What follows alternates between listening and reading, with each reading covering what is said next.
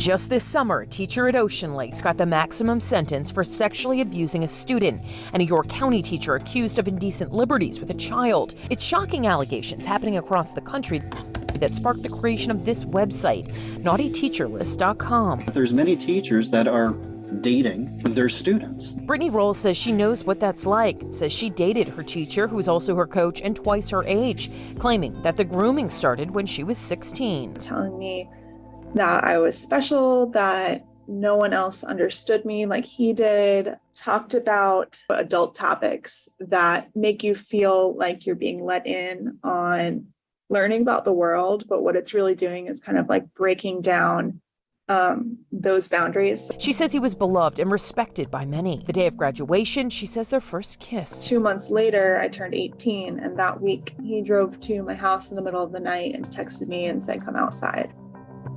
And then the sexual part of that started.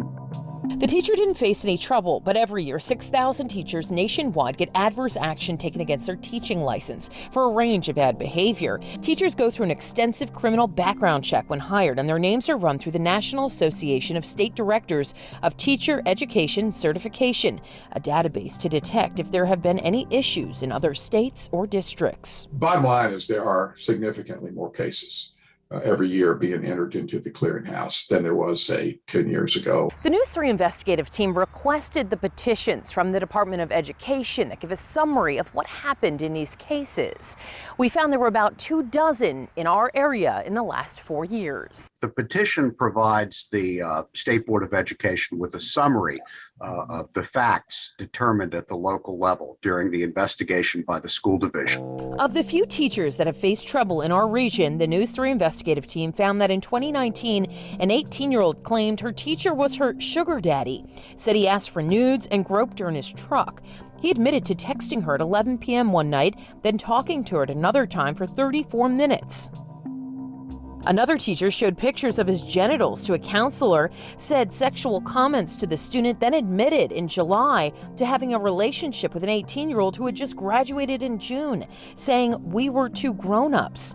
In both cases, the teachers admitted minimal wrongdoing and fought to keep their licenses, but lost them. Several months later, once the case was finished, the information was sent to the clearinghouse, making it shareable with other states and districts. Which in itself is a problem, because some of those cases take years to adjudicate. So in theory, a teacher could leave the school where they're having issues while their appeal process is going on, appeals that they're entitled to, then move to another state and get hired there because nothing appears on their background check. So it's important for school districts to run their entire database on a regular basis against NASDAQ, just because things take time.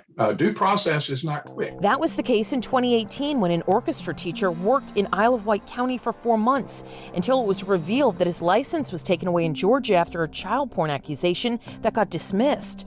Not disclosing the information cost him his Virginia license. And you would have no way of knowing that if you did not check the clearinghouse. A teacher accused of sexual misconduct with a student got his license taken away in Alabama, married the victim, the charges went away, then tried to get hired to teach in Virginia. It's not something you like to think about. You know, we like to trust our teachers, and we can trust almost all of our teachers. They're amazing people, but there is this tiny minority that unfortunately has problems with boundaries. Broken boundaries in Brittany's case caused her immense shame, guilt, and even thoughts of suicide. What I really want parents to know is that it's in your community, so you might as well be aware. Margaret Kavanaugh, News 3.